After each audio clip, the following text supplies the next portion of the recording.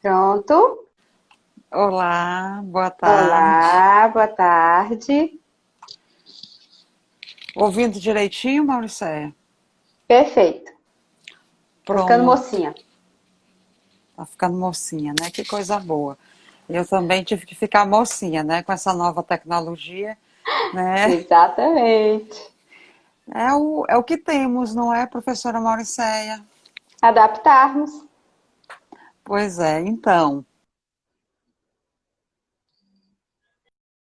O público, né, já está se conectando conosco, tá? Então Isso. vamos dar início, né, a mais uma live do projeto de extensão da Universidade Federal do Piauí, Diálogos e Vivência com SUAS em tempos de Covid-19, né?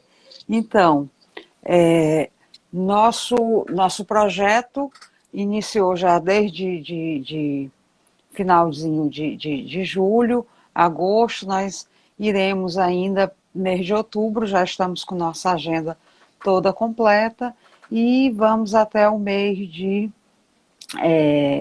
dezembro, iniciozinho do mês de dezembro, trazendo, né, algumas pessoas para dialogarmos aqui sobre o Sistema Único da Assistência Social, política da assistência social, né, nesse momento em que nós, considerando esse momento, esse contexto que nós vivenciamos. Então, a ideia é que a gente faça um diálogo, faça um debate, trazendo temas e questões cotidianas do trabalho profissional no SUAS, e por isso mesmo o público do nosso projeto são os trabalhadores e trabalhadoras do SUAS. É uma forma da universidade, do Departamento de Serviço Social, estar contribuindo, né, com esse debate nesse momento. Então, entre nossos convidados, nós temos professores, nós temos pesquisadores e nós temos trabalhadores do SUAS, né, que trazem essa discussão, né, do seu dia a dia, o que é muito importante para fomentar o debate. Né? Se a gente ficasse aqui só debatendo do ponto de vista teórico, do ponto de vista das leituras dos estudos, dos estudiosos, a gente teria algum prejuízo, porque não teríamos aí, né, o olhar de quem está vivenciando, de quem está no dia a dia da política da assistência social aqui no nosso estado. E não só, né, na live passada, embora a gente tenha tido algum problema de conexão, mas nós tivemos uma discussão muito boa com a Gabriela Viglione, que é assistente social do CREAS, lá de Franca, em São Paulo. Né? Ela trouxe, né, a experiência do trabalho dela como técnica de referência do SUAS, do CREAS, para as instituições de longa permanência lá do município dela. Uhum. Então, muito interessante as experiências que ela trouxe, então é isso mesmo, a gente também, né, esse espaço também contribui com essa troca de vivências e de experiências, né. A isso também, dentro do projeto, a gente tem a organização de um e-book, né, que já está em andamento, professora Mauricéia, já estamos com ele lá no Diagramador. A ideia é que esse mês de outubro a gente esteja com ele pronto, que já façamos o lançamento no Cinesp, tá?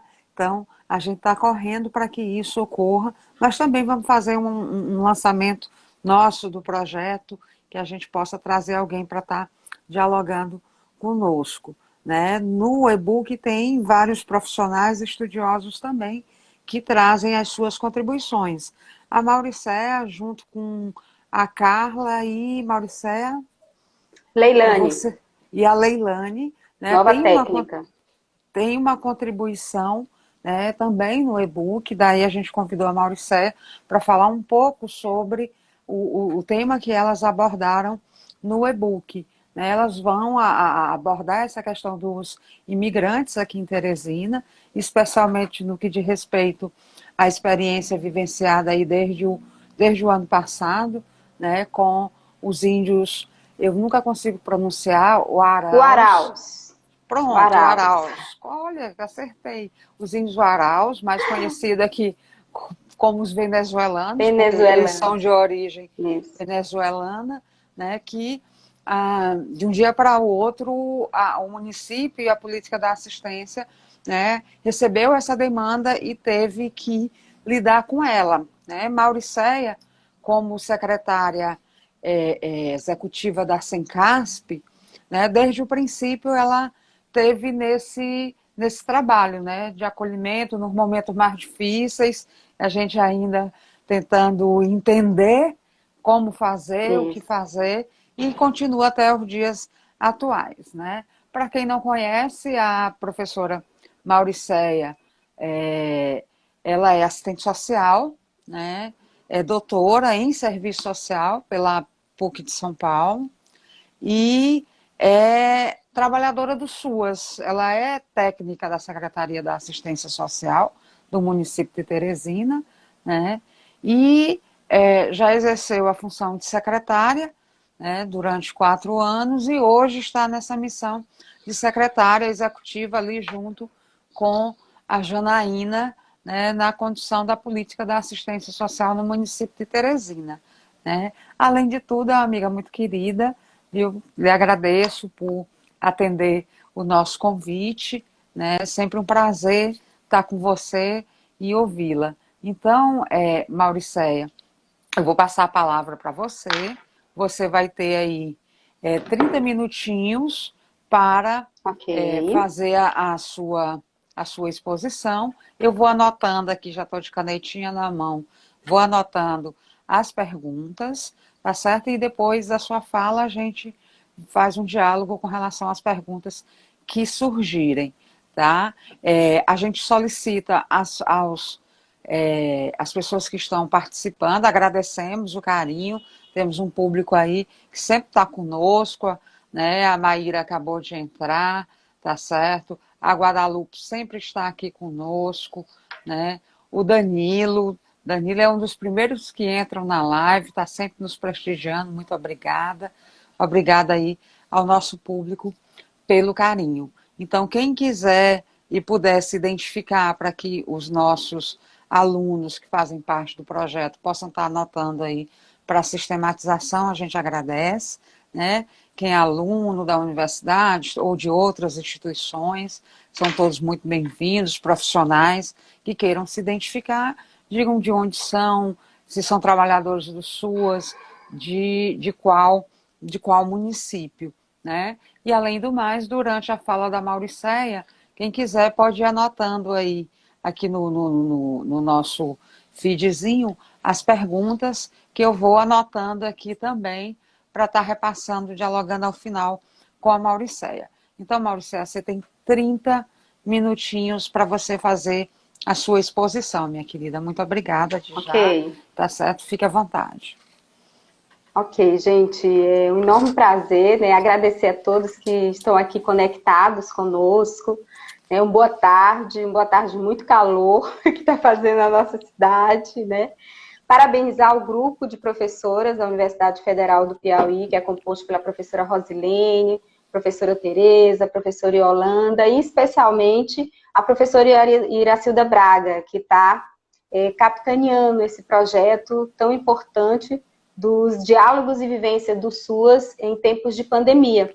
E Mauricéia não também sendo é colaboradora. Mauricéia também é colaboradora do projeto, né? Sempre colaborando com a gente. E nós temos também, Mauricéia, a nossa equipe de estudantes. Nós temos 4 bolsistas e 4 voluntários que participam do projeto ativamente, contribuindo aí na divulgação, aqui na relatoria da live, na organização do livro. Nós temos, inclusive, um capítulo do livro que é construído com os alunos, eu acho isso muito bacana.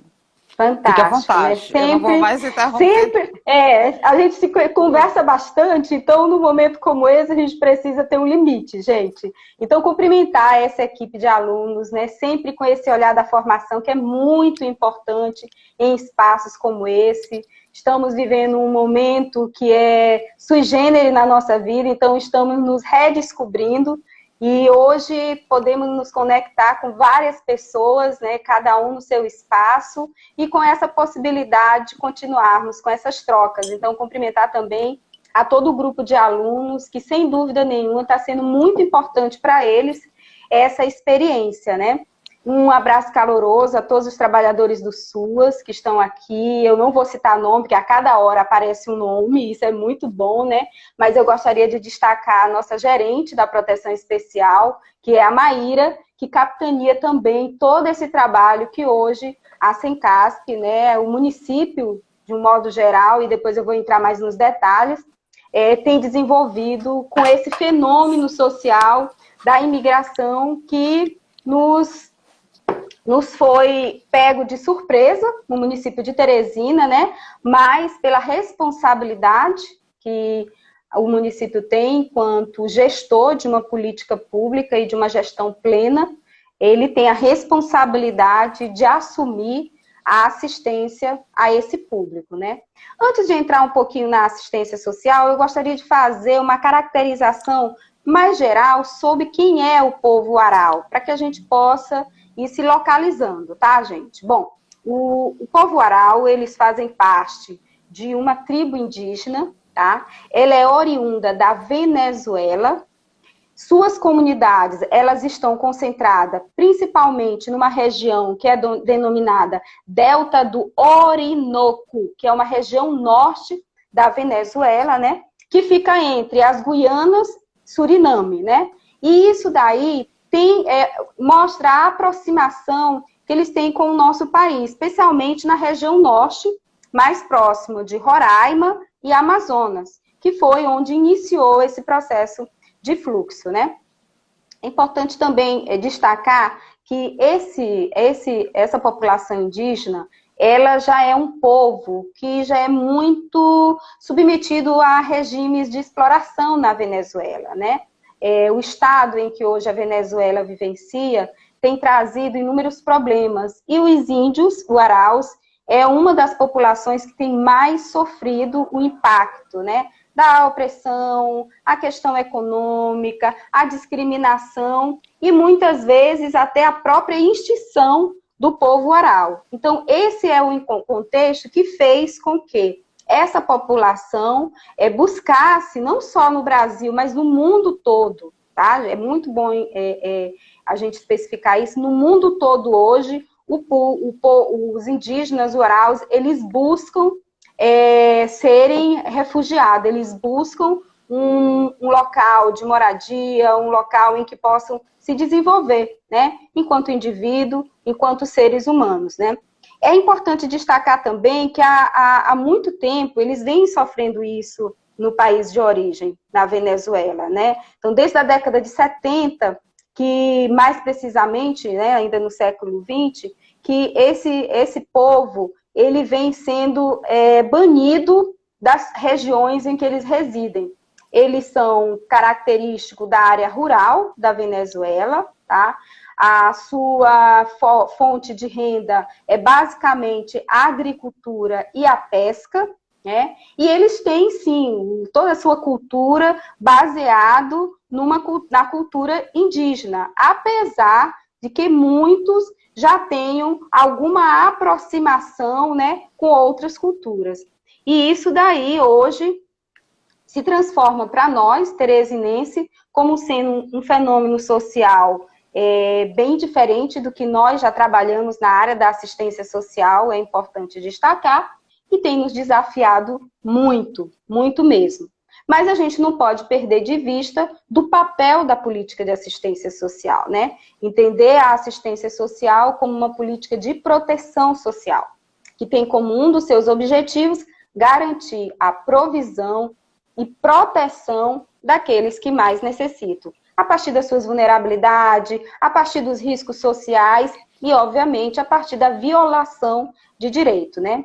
Qual é o potencial da política de assistência social? Afiançar e suprir sobre um padrão pré-estabelecido demandas sociais e desenvolver com esse público capacidades que possa fazê-los alcançar uma maior autonomia como indivíduo. Então, quando a gente traz esses objetivos da assistência social, vocês logo vão fazendo uma relação com a condição que os índios Araus, né, eles entram no Brasil e chegam até Teresina. Ela está pautada no desenvolvimento humano e social, é isso que dá a característica principal da política de assistência social, né, e aí baseado no Sistema Único de Assistência Social também, e não na lógica tuteladora, como também não é novidade, né? Nessa lógica, essa política de assistência social, ela tem por obrigação, por responsabilidade, atender públicos e grupos heterogêneos, que são marcados por distintas vulnerabilidades. Aqui a gente pode destacar a população em situação de rua, nós podemos destacar a pessoa idosa que vive em situação de violência, criança e adolescente em abandono ou com vínculos familiares esgarçados e muitos outros segmentos que são grupos de atenção da política de assistência social. Bom, nessa realidade, nós encontramos os migrantes, né? Que nós vamos encontrar numa parte específica da política de assistência social a atenção e a responsabilidade da assistência social aos migrantes, que é uma população que vem aumentando no território nacional. A gente está trazendo a situação dos Uaraus, mas desde 1914, início de 1913, né, angolanos, né, já tem essa trajetória, né, de busca de asilo humanitário no nosso país. Então, os Uaraus só uma especificidade, porque venezuelanos também urbanos, como a gente define, eles já vêm buscando esse asilo no nosso país, né? Então, a migração ela já faz parte, né, da demanda que é posta para a assistência social, né? E essa busca que tem aumentado muito e fomenta, nesse sentido, inúmeras necessidades e desafios para o atendimento na nossa política, né? Para a efetivação dessas garantias, a população de imigrantes ela passou a ter um acesso específico aos benefícios que até então só eram garantidos para os brasileiros. A própria Constituição Federal, ela garante que o migrante, aquele que busca o refúgio, eles passam a ter as mesmas garantias que os brasileiros natos. É importante a gente destacar isso, porque o que fica na sociedade, de um modo geral? Eles estão vindo, a gente já, infelizmente, não consegue dar conta, né, das nossas situações de vulnerabilidade e já vem outras pessoas, um outro povo, buscando essa assistência. Mas aí eu gosto sempre, quando eu tenho a oportunidade de falar sobre essa questão, que é um direito. É o mesmo direito que nós, brasileiros, temos, eles, migrantes que buscam refúgio, também os têm, tá? E aí, em virtude disso, o Ministério do Desenvolvimento Social, ele publicou um ofício em 2014, foi um ofício conjunto entre SENARC, Ministério do Desenvolvimento Social, né, a Secretaria Nacional de Assistência Social, isso em fevereiro de 2014, né? E ele esclarece, nesse ofício, que foi repassado para todos os municípios e todos os estados, que os migrantes, eles passam a ter acesso também, não só aos serviços, mas também aos benefícios. E aí a gente está falando do benefício de prestação continuada e do Bolsa Família. Então, para vocês verem como os migrantes hoje, ele tem uma equidade, uma equiparação com relação aos atendimentos que são ofertados para a população brasileira. Pois bem, a partir dessa definição, todos os serviços, programas, todos passaram a englobar a ação e a incorporação dos imigrantes, né? Das ações do SUAS, enfim, de todos os serviços que nós conhecemos, que são desenvolvidos no SUAS. E assim sendo, o migrante ele passa a ser reafirmado como um sujeito de direito.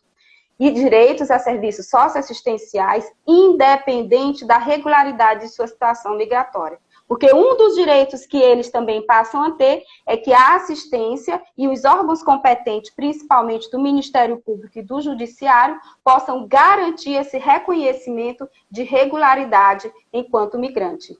Esses mesmos direitos socioassistenciais, né, e as mesmas seguranças sociais afiançadas pelo SUAS para os brasileiros, elas devem ser garantidas para os migrantes refugiados, né?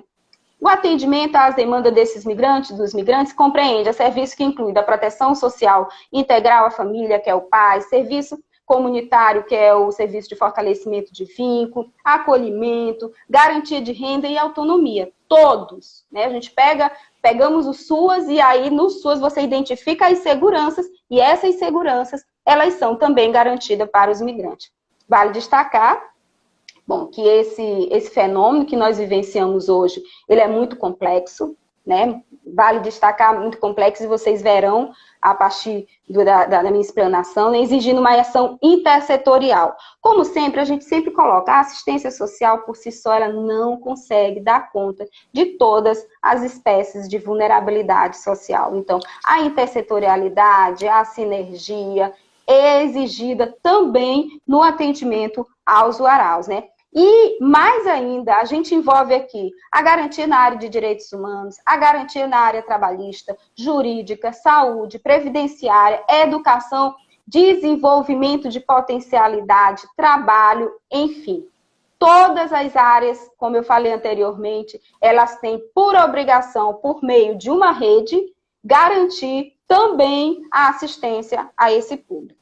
Dentro dessa realidade, né, é importante destacar a responsabilidade dos três entes. Não é só o município. O ente federal e o ente estadual, eles entram como cofinanciadores, como coparticipação, como corresponsáveis pela assistência aos uaraus.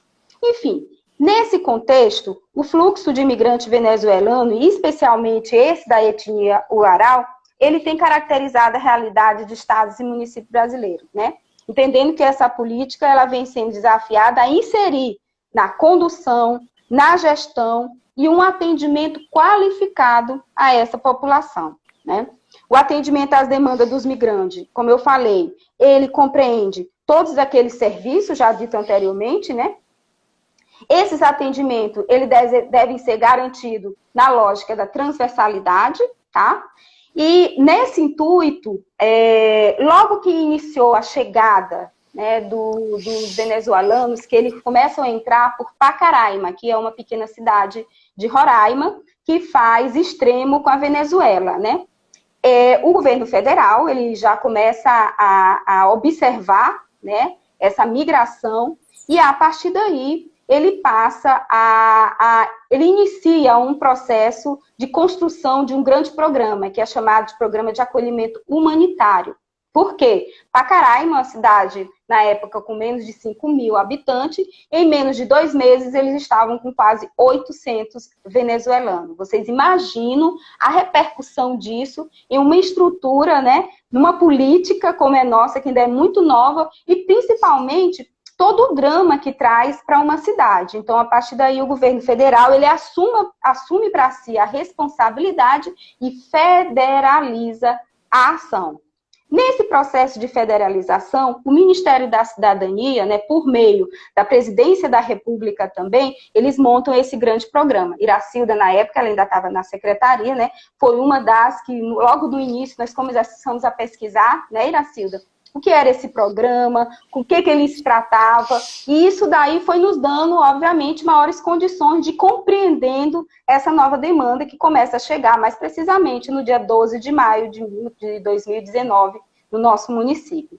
Pois bem, com esse programa, o Ministério da Cidadania, ele passa a reunir grande número de ministérios, educação, defesa civil, saúde, interiorização, para quê? Para subsidiar os municípios e os estados na recepção coordenada desse grupo de índios venezuelanos. O que acontece? Essa migração coordenada que eles começaram a desenvolver lá em Pacaraima era feito a partir de um contato com o governo do estado. O governo do estado, ele se organizaria, né, montaria toda a sua estrutura, formalizaria um termo de parceria com o Ministério da Cidadania e o Ministério da Cidadania garantiria o cofinanciamento para o governo do estado. Esse era todo o planejamento que tinha que acontecer por meio desse plano, né? Porém, o que ocorre? A partir de 2018, essa migração ela se intensifica.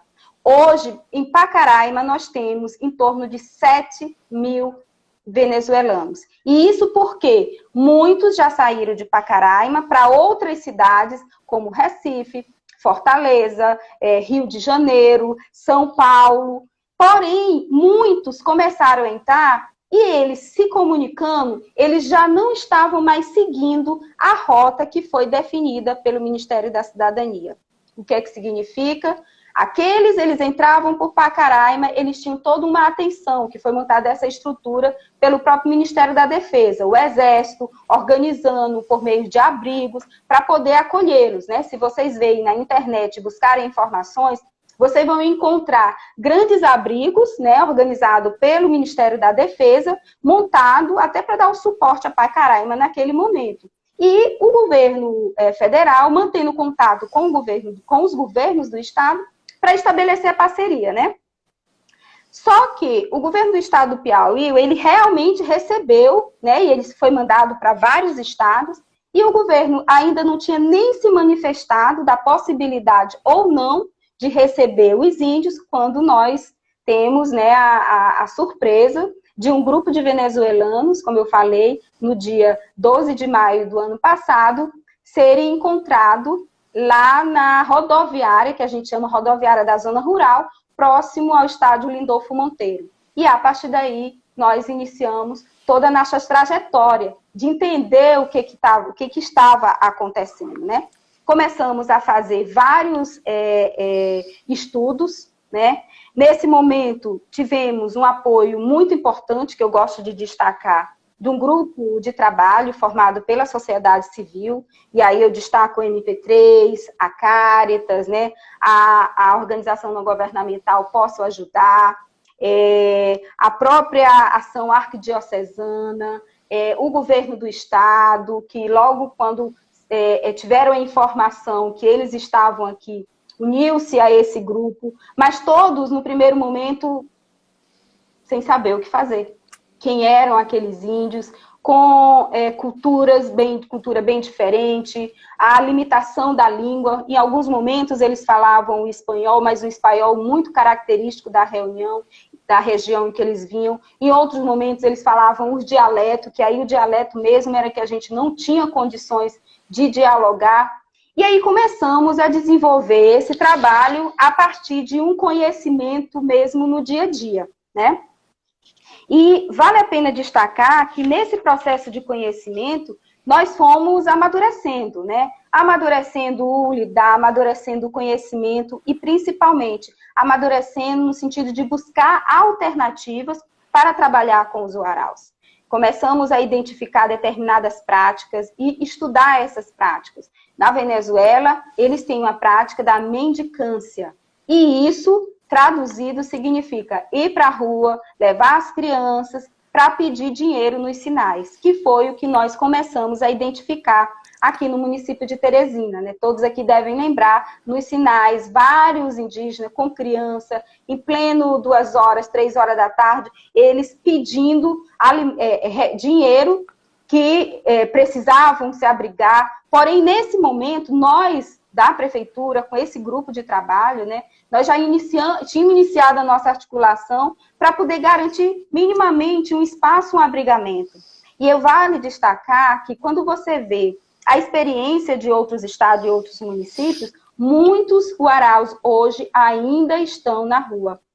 Foram caracterizados como população de rua.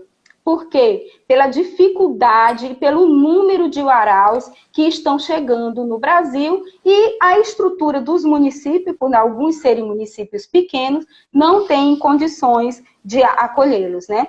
Pois bem, nesse momento se forma uma rede de serviços para poder nós abrigarmos, né? Não só abrigarmos, montarmos um plano de trabalho e apresentar para o governo federal. Isso foi em maio, e logo em junho nós começamos essa discussão com esse grupo e com o governo federal. O governo federal, por sinal, ele ficou até surpreso porque que eles tinham chegado tão distante, mas depois eles compreenderam que eles vieram justamente fazendo a trajetória do Amazonas, Belém, São Luís, e a cada local que eles iam chegando, alguns iam tendo um acolhimento e outros não. Então, eles iam interiorizando, eles iam adentrando ao país, até chegar aqui em Teresina, mais especificamente. E aí fomos nos reunir. O que nós vamos fazer? Nesse momento, a gente monta um plano de trabalho e envia para o governo federal. O governo federal garantiu um cofinanciamento para o município, né? Eles chegaram em maio, a parcela do cofinanciamento chegou apenas em dezembro.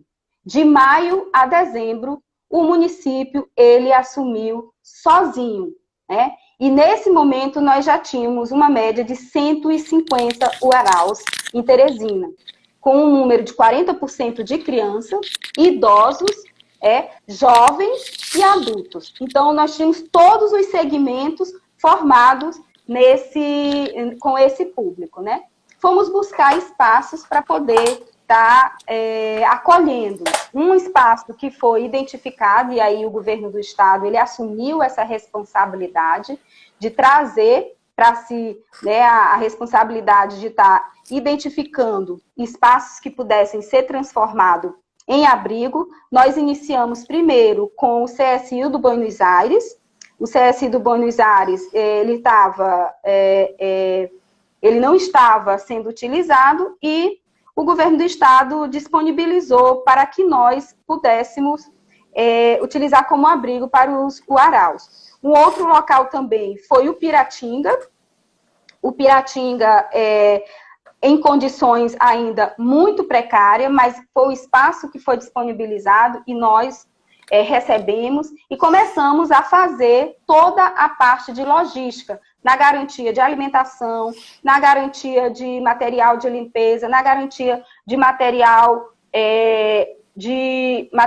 de higiene pessoal, tudo isso para poder nós primeiro começarmos um debate com eles de entender como que nós faríamos a organização daquele público, como também passar para eles quais eram as regras brasileiras, como é que eles teriam que estar se adaptando, né? Fomos conversar sobre o Estatuto da Criança e do Adolescente, fomos pensar também em como fazer para o atendimento dessas crianças na educação, na saúde, e iniciamos montar essa rede. E essa rede foi possibilitada pelo atendimento da saúde por meio das UBS, o atendimento do atendimento da estratégia da família, né? Como também começamos a um trabalho com as escolas, com muita dificuldade, porque ninguém consegue ainda encontrar, né? Mesmo que o espanhol ele seja fácil para alguns, mas às vezes eles misturam o espanhol com o dialeto, e isso daí ocasiona uma dificuldade muito grande da interação e da comunicação. A partir desse momento, a gente inicia um trabalho também com a FUNAI e com a ACNUR, né? A ACNUR, ela é a entidade internacional que acompanha toda a situação dos refugiados no mundo todo. Então, começamos por meio do Sebastian, que é um parceiro, ele vem orientando, né, e principalmente trazendo realidade de outros municípios, de outros países, de como é que está sendo o atendimento dos uaraus. Desde então, nós tivemos, infelizmente, passamos, né, iniciamos esse momento de pandemia, e aí foi que o desafio realmente se complexificou. Porque em locais nós teríamos que diminuir a incidência de pessoas, né, para poder aumentar o isolamento ou o distanciamento, e aí tivemos que buscar um outro abrigo, e o Estado novamente concedeu hoje a sede da Emater. Hoje no município de Teresina nós temos em média de 200 uaraus, né? Não está sendo fácil. Nós continuamos enfrentando a pandemia, ela teve que dar uma estagnada com o plano de trabalho que nós já havíamos iniciado, reuniões com a Semestre, reuniões com a Fundação Walferraz, no sentido de estar identificando habilidades. Eles têm habilidades riquíssimas com artesanato, que podem ser potencializadas para poder eles alcançarem a autossustentação, né? Ainda estamos em processo de conhecimento também da realidade deles. A equipe, ela foi formada, hoje nós temos coordenadores nos 3 abrigos, temos uma antropóloga que nos dá o suporte, temos educadores sociais nos abrigos, temos uma assistente social para poder estabelecer essa relação com os serviços da rede. Então, o que a gente pode trazer para vocês? Aos poucos, nós estamos montando uma rede de assistência, que é óbvio, ainda não está como eles têm direito. Mas como nós precisávamos compreender, entender, e também de recursos financeiros. Não é fácil o início, com relação à alimentação dele, nós fomos fazer um estudo de como era a alimentação. Por quê? Os produtos que eram encaminhados para eles, eles não utilizavam. Então, o que acontecia? Os produtos, eles perdiam o vencimento, né? Eles não conseguiam ter a mesma dieta que a nossa dieta dos brasileiros. E isso daí, nós passamos algum tempo para poder entender essa dieta. Hoje, nós já temos toda uma distribuição de alimentos a partir de uma dieta específica, isso feito com um estudo por meio de antropólogos, né? A Universidade Federal do Piauí também tem participado. Hoje existe um grupo de trabalho que é acompanhado pelo Dr. Igor, defensor público do Estado, né, com a Caritas, com a Sencasp, com as organizações não governamentais, Defensoria Pública da União e também a FUNAI. Esse grupo hoje, ele participa semanalmente, a gente se encontra via remota, fez a última visita, foi ontem, né, nesses abrigos, para a gente poder identificar as melhorias que vão ser realizadas. O governo do estado, ele já sinalizou a possibilidade foi feito um diagnóstico para identificar quais dos uaraus realmente têm um interesse em ir para uma terra, né, para poder estar desenvolvendo suas habilidades no cultivo, na agricultura. Então, o governo do estado está apresentando essa proposta de buscar uma terra, né, no interior do estado, para que eles possam lá estar desenvolvendo atividades e como também ter um espaço, um locus reconhecido, pelo menos próximo da realidade em que eles vivenciavam lá na Venezuela, né? É importante dizer que os desafios são muitos, né? Mas no próprio pandemia, nós tivemos a atenção da saúde com relação aos testes, né? Com relação ao isolamento, tivemos que montar um outro abrigo, e a Casa do Caminho foi essa referência. A cada novo grupo que chegava, para ele não adentrar nos abrigos, eles ficavam isolados na Casa do Caminho, ou então, aqueles que eram identificados com o Covid, nós encaminhávamos para a Casa do Caminho para ficar em isolamento, com o acompanhamento da estratégia da família, fazendo os testes, fazendo as orientações, mas com muita dificuldade. Porque como eles todos são um público de etnia, então, alguns deles não acreditam na existência da pandemia do Covid, né?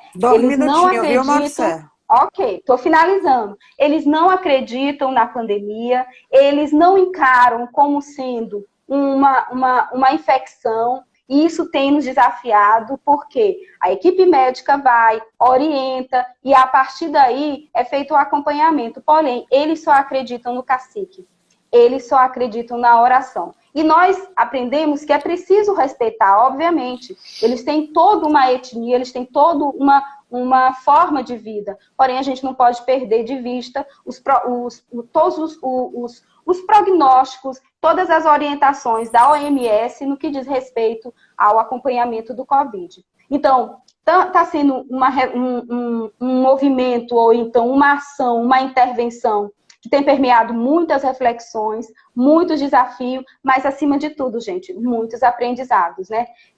Nós precisamos estudar sempre. Eu tenho buscado muito, né? Iracilda, aqui como parceira ainda na Sencasp, nos ajudou também muito, mas foi muito importante, porém, a gente precisa continuar. Agora, nós fizemos a renovação do plano, mas não tivemos uma satisfação, porque o governo federal diminuiu em 50% o valor do repasse. O que significa que o município ele vai entrar com acho que vai dar mais de 50% em cima do valor que foi repassado, para poder dar continuidade ao atendimento, e é óbvio, procurando sempre a qualidade, procurando sempre o aperfeiçoamento. É isso. Obrigada, eu me coloco à disposição para os questionamentos, né? Tem alguns aqui. Obrigada, Marcela. Parabéns pela fala. Né? Eu estava, assim, na secretaria nesse período, lembro das nossas conversas, nossas dificuldades, né, com a equipe técnica, de estar vendo a melhor caminho, a melhor saída para o acolhimento dessa população que estava chegando e chegando e crescendo muito rapidamente. Foi uma coisa do dia para a noite. A gente Foi. dorme e acorda, tá certo, com um número enorme que só crescia, né, Do dia para a noite. do dia para a noite, né? E aí a assistência social de pronto se colocou, né, para fazer esse acolhimento, mas sem muita referência, até porque era uma realidade bem diferente daquela que a gente está habituado a trabalhar. E a nossa Exatamente. preocupação sempre foi de que não se transformasse em população de rua, né, considerando, né, a questão humanitária, né, que você bem colocou aí, essas pessoas, embora sejam venezuelanos, mas são pessoas, né, que pela própria Constituição nossa, pela nossa própria legislação, né, são pessoas que devem, na condição em que elas se encontram, elas devem ser acolhidas e têm, né, o direito a uma série de benefícios, o que algumas pessoas, inclusive, chegaram a questionar na época. Isso. Por que eles têm direito a isso? Por que eles têm direito àquilo? Porque simplesmente, tá certo, não manda de volta. Não é exatamente assim, são refugiados, né? Nós temos toda uma legislação de proteção a refugiados no Brasil, né, que lhe assegura o direito da pessoa humana. Né? Exatamente. Lembro também que, assim como a população em situação de rua e outras situações que se apresentam, como é que eu diria, com maior dificuldade de lidar, a assistência social é que foi apontada assim como a salvadora. Né? Aí você falou de intersetorialidade, eu lembro muito, quando a gente fala em população em situação de rua, que é uma discussão mais antiga no Brasil, que a gente tem uma legislação de proteção também, temos uma política, coloca a responsabilidade para vários setores, né, da administração pública, né, a gente vai ver que alguns se desresponsabilizam e a assistência social acaba sendo a salvaguarda aí. Isso aconteceu também, né, com relação aos índios waraus. Né? A gente viu Isso. a assistência muito sozinha, né? E aí coube aí a responsabilidade de estar construindo um diálogo para entender melhor essa questão, tendo em vista também, né, que é uma cultura bem diferente. Até a comunicação no início, ela muito nós fizemos isso com muita dificuldade. Né? A cultura é diferente, né? A questão das relações de gênero entre eles é diferente, Muito. da relação com as crianças é diferente, a questão da alimentação, a Guadalupe, você falou e a Guadalupe perguntou aqui, né? Lembrou que na época que a gente, bom, estava chegando, que nós queríamos acolher e alimentar, né? Então a secretaria acabou encaminhando alimentos que eles não usaram, isso deu uma repercussão muito grande, né? Eu acho até que você respondeu aí, a Guadalupe perguntou como é que está aí essa questão da alimentação hoje, Uhum. né?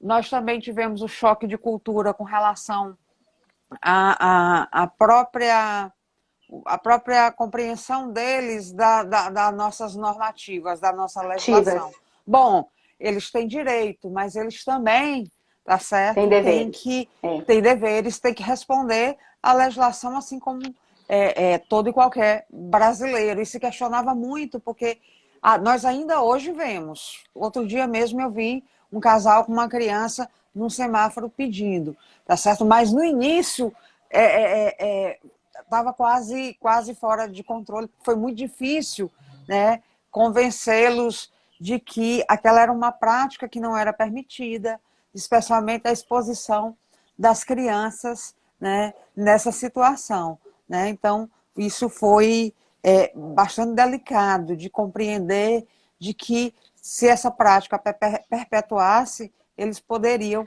até mesmo perder a guarda da criança pela questão da Exatamente. exposição, porque aquilo, de acordo com a nossa legislação, com o Estatuto da Criança e do Adolescente, é Infringia, exatamente. exatamente. Então, é uma violação do direito da criança, tá certo? Então, muito delicado. Tivemos muita dificuldade com a questão da educação. Então, aparecem algumas perguntas aqui nesse sentido. A primeira da Vamos lá. Guadalupe, que não, né, com relação a como é que está essa questão da alimentação hoje. Né? Pronto, A Nayara, eu vou fazer o bloquinho, você anote aí, porque o nosso tempo estou ele é anotando. pequeno. Então, Vamos lá. aí nós temos a Nayara, quais são os maiores desafios enfrentados pelas equipes, né, das equipes técnicas no atendimento aos waraus, né? Nós temos aqui o Danilo, no mesmo sentido, ele está perguntando como é que tem sido esse atendimento, considerando que esse povo tem tradição diferente, né? Você falou também na questão da pandemia, ele pergunta, e na pandemia, como tem sido, né? Você até colocou a questão, né, da ceticidade deles com relação à contaminação do vírus, né? Que é muito delicado. Aí tem uma outra pergunta do Danilo. Quais os desafios nessa articulação com as outras políticas, né? Quem perguntou como é que está a alimentação hoje, mas foi a Guadalupe aqui. E aí a Nayara perguntou também uma coisa que é interessante, que foi muito difícil para nós quando trabalhamos lá atrás com a população em situação de rua, e com os waraus eu entendo que também.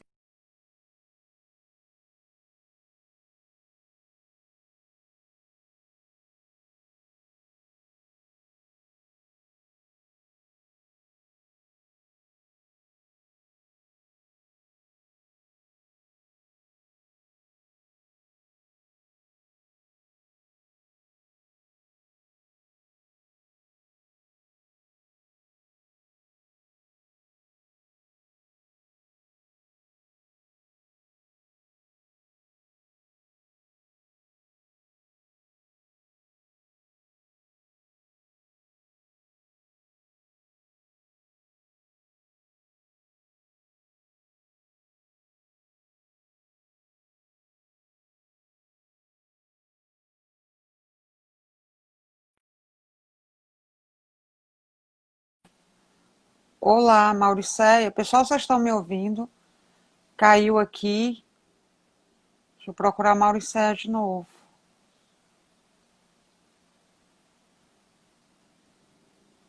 Pronto.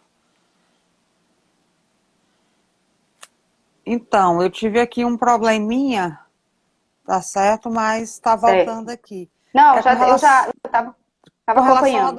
À documentação, né? Certo, a gente lembra, a gente teve dificuldade lá com a população em situação de rua, né? Perfeito. Na questão da aquisição dos benefícios, e essa é uma questão. Então, Mauricéia, são essas as questões que foram colocadas.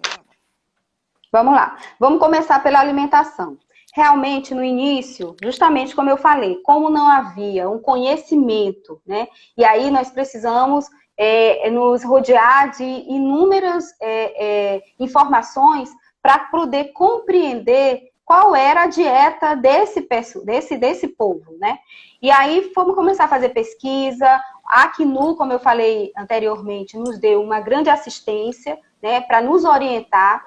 E aí a gente foi fazendo aos poucos a adaptação ao cardápio. Então, hoje isso já é algo superado, né? A alimentação que é repassada para os abrigos já é de acordo com a dieta que eles fazem na Venezuela. É óbvio que ao entrarem no Brasil, eles começaram a se adaptar a outros alimentos, né? E a gente acha muito estranho porque eles têm um consumo altíssimo de refrigerante, altíssimo de Coca-Cola.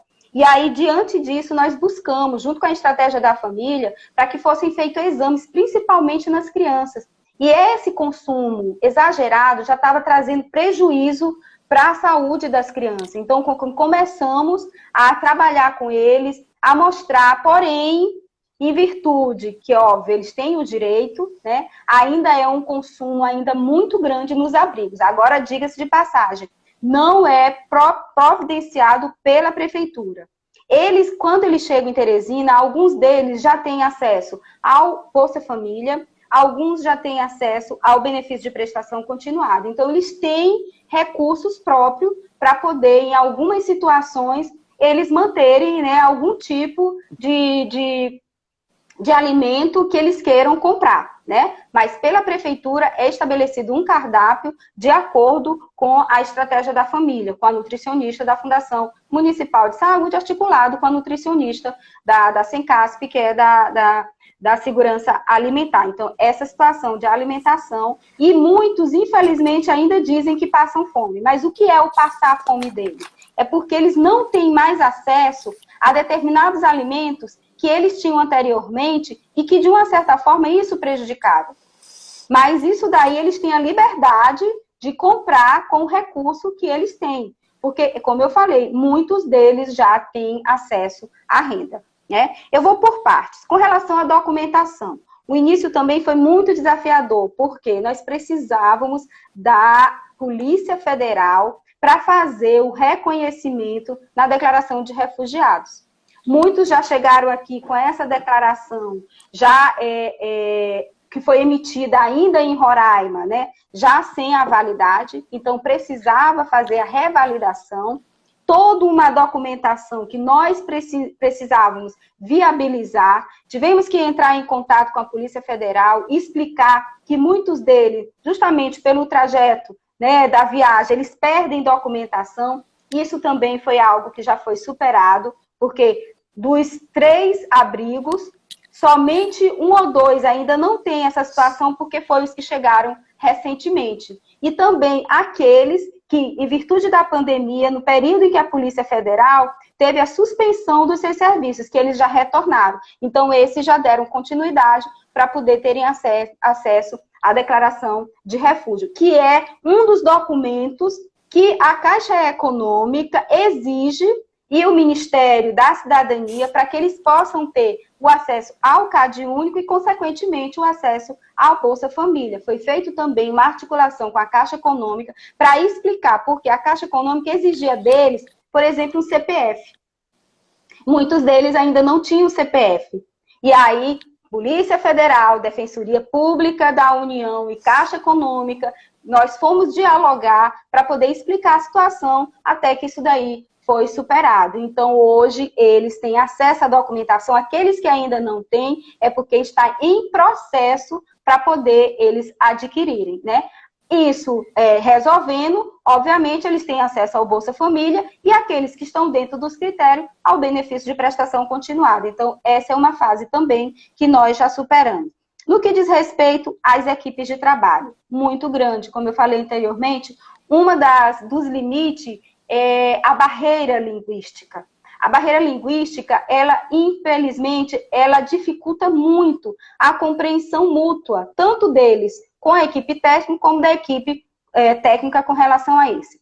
No que diz respeito a isso, nós estamos buscando com o governo do estado uma parceria para que a escola de línguas do governo do estado ela possa viabilizar, ou então a Universidade Federal do Piauí, isso está sendo estudado, estudantes de espanhol, para que possam fazer parte desses grupos, né, e facilitar esse diálogo. Ou então, nós estamos colocando como um dos critérios na seleção dos educadores, pessoas que tenham conhecimento na língua espanhola, para poder facilitar também esse diálogo e essa convivência, né? Esse é no que diz respeito às equipes técnicas. Dizer também que o CREAS Norte, porque os 2 abrigos primeiros, eles estão vinculados ao território norte. O CREAS Norte faz o acompanhamento, né? Os CRAs da região são as referências para o atendimento a essas famílias, mas mesmo assim, tem um antropólogo, né? E agora saiu o assistente social, mas já vai ser contratado, vai ser visto uma outra, para poder fazer parte da equipe. Dizer também que esse trabalho a gente faz em parceria com a Cajuína, com a Fundação Cajuína, que foi uma entidade que nós fizemos um estudo, né? E tinha, pelo menos, ela apresentava, né, as credenciais para poder estar assumindo esse trabalho, né? E tem assumido e tem enfrentado os desafios conosco, né? Deixa eu ver o que mais. Com relação às outras políticas, quando a gente iniciou, porque o plano de trabalho, ele é muito complexo no que diz respeito à parte de articulação. Quando nós estávamos iniciando esse processo de articulação, veio a pandemia, mas isso daí vai estar continuando, que é o trabalho com a Fundação Alferraz, com a Secretaria de Educação do município. A Secretaria de Educação do município já tinha feito o diagnóstico das crianças para poder já fazer a distribuição por faixa etária nas escolas do território ao qual o abrigo está localizado, né? Para evitar um distanciamento, para que as crianças sejam incluída. E tem uma equipe da educação que está fazendo um estudo de como vai ser, qual será a metodologia que será utilizada para que essas crianças, esses jovens, eles sejam incluídos na política de educação. Com relação à saúde, de imediato a gente teve o acesso, né? Com a dificuldade da língua, mas foi aqui de imediato, né? Nos deu todo o apoio e tem participado assiduamente, uma vez por semana, a estratégia de saúde da família, ela visita os abrigos para poder fazer o acompanhamento, não só das crianças, como também das nutrizes, né, dos adolescentes, no sentido de, acontecendo alguma coisa, encaminhar para a própria rede de saúde. É isso, acho que eu dei conta de tudo, né? Faltou alguma coisa, Iracida? Não, não faltou não. Né? Eu só, nós já estamos quase concluindo aqui o nosso tempo, eu só lembrando de um assunto que foi bem desafiador e que também algumas pessoas acabaram criticando, foi a questão dos recursos, né? Como a Mauricéia disse, eles chegaram em maio, nós apresentamos um plano em que a gente previa uma quantidade, porque estava chegando muita gente, e a gente previu, eu lembro que eu também contribuí na elaboração, por isso eu digo a gente, eu ainda tenho essa mania, viu? E discutindo esse assunto, eu ainda acabo me incluindo muito lá na secretaria. Mas você faz parte, não vai deixar de ser nunca. Obrigada. Eu lembro com muita dificuldade fazer uma previsão, porque aí é um plano que você estava prevendo uma quantidade X. O recurso só chega em dezembro. Quando esse recurso chegou, tá certo? Algumas pessoas acharam que era um dinheiro, que a prefeitura não gastou, mas na verdade a prefeitura veio esse tempo todo investindo, tá certo? Na execução. E para a execução desse recurso precisou também um outro caminho, um outro percurso, que é onde entra a Fundação Cajuína. Então, às vezes, por incompreensão do processo, algumas pessoas criticaram, mas é um processo que foi muito difícil, foi muito doloroso e que hoje eu acho que se tem avançado muito. Muito, e muitos aprendizados, muitos. Então, assim, nosso tempo está mesmo já no limite, ainda não começou o cronômetro aqui, mas já começa. Então, quero dizer assim, tem muita gente aqui colocando, nos parabenizando você, Mauricéia. Obrigada, mais uma vez, quero agradecer o imenso carinho, né, desse público nosso, de trabalhadores do SUAS, de alunos da universidade, né, de profissionais de um modo geral, que tem acompanhado as nossas lives. Então, agradeço imensamente. Pessoas que foram nossas ex-alunas, né, e ex-alunos, né, então agradeço imensamente o carinho. Convido vocês a participarem da próxima live, que será na próxima quinta-feira. Não lembro o dia do mês, gente. Mas na próxima quinta-feira, sempre às quintas-feiras, 17 horas, né, aqui no meu Instagram, Iracilda Braga, arroba Iracilda Braga H, né? Na próxima semana nós vamos estar com a live sobre controle social com a Janaína Mapurunga. Essa live já tinha sido agendada anteriormente por motivos superiores, ela foi cancelada, mas na próxima quinta-feira vamos estar com a Janaína, né, para estar fazendo essa discussão sobre o controle social, como é que o SES, a Janaína é presidente do SES, como é que o SES tem feito esse trabalho. Então, convido a todos para participarem também da próxima live. Quero aproveitar os últimos segundos, Mauricéia, só para mostrar para o pessoal nosso filho, que acabou de sair do forno. Ó, Danilo está aqui, capítulo do Danilo. Esse é um livro que é sobre a política de assistência social no contexto teresinense, Gestão e Boas Práticas, 2020, é a segunda edição.